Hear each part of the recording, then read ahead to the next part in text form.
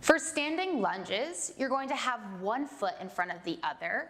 Notice that my front leg is bent at a 90-degree angle. It doesn't always have to be at a 90-degree angle. What's most important though is that your knee doesn't veer forward past your toe and especially your ankle. So as long as your knee is directly above or a little bit behind your front ankle, we're golden. My back leg is completely straight and elongating. And when I say elongating, I mean shooting energy out of that back heel as opposed to tensing everything up. Notice that there's a shortening of the muscle and the leg as opposed to elongating and shooting energy out of my back heel. Now I'm just going to put my arms out, or you can also put them on your knee for support.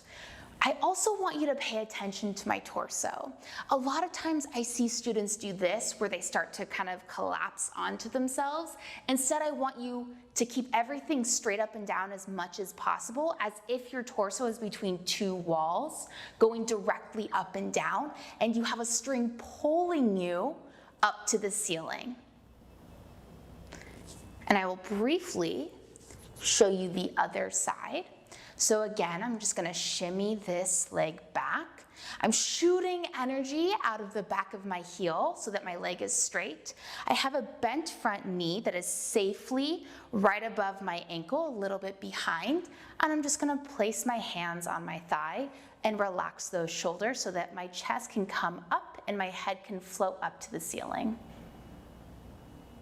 For a low lunge, we're going to do the same thing but come down onto the ground. Be careful on your knees. You'll bring one foot out in front and bend it forward and press those hips forward. So you're gonna feel a pretty intense stretch in the front of this thigh and hip flexor, totally normal.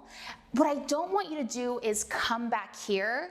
See how I'm not pressing my hips forward? Now I'm not getting that same stretch. So bring this front foot out as far as you can and then press those hips forward. That's gonna help you maximize this stretch.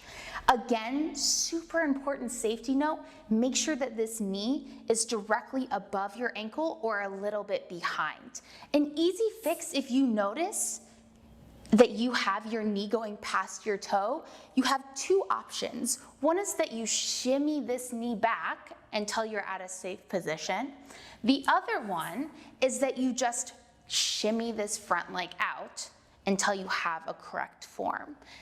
And then you're just relaxing your shoulders, pulling your head up to the ceiling, pressing those hips forward, and you'll feel the stretch right here.